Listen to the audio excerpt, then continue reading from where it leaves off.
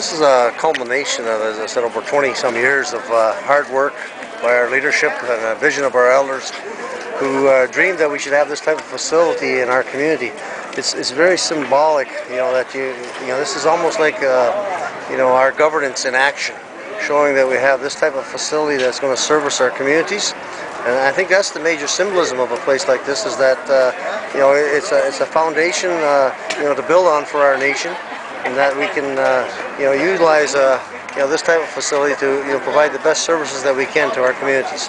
So is this this is the central government headquarters of the Anishinaabe Nation, is that right? Well, we're working on the development of a constitution that will eventually see that this will be our center of governance. And obviously, the First Nations are paramount, in terms of them giving us the direction. We work for them, but we are looking at some sort of centralized body to be able to deliver, those types of services that the communities need. And how long do you think it will take to get that? We have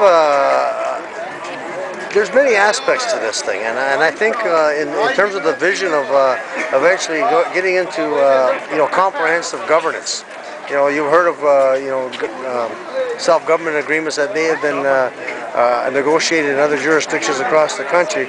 We're not looking primarily at a self-government agreement such as they have, because it's their form of how they want to operate. Ours is going to be a comprehensive governance that I think is community-driven.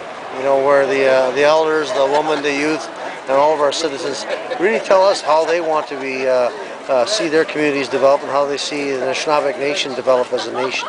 So when the walls sort of came down and the hub was opened, just give us an idea as to what the spirit was after that.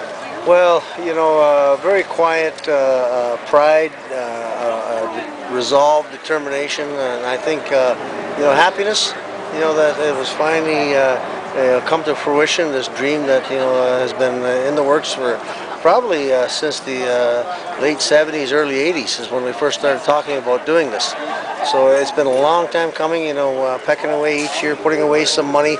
So that we didn't get into major debt financing. The leaders always told us, let's build this thing when we can build it. So it took us that long, to build up the reserves so that we were in a position to afford this building. And it has been indicated we came in on budget, $107 over, which we'll recoup.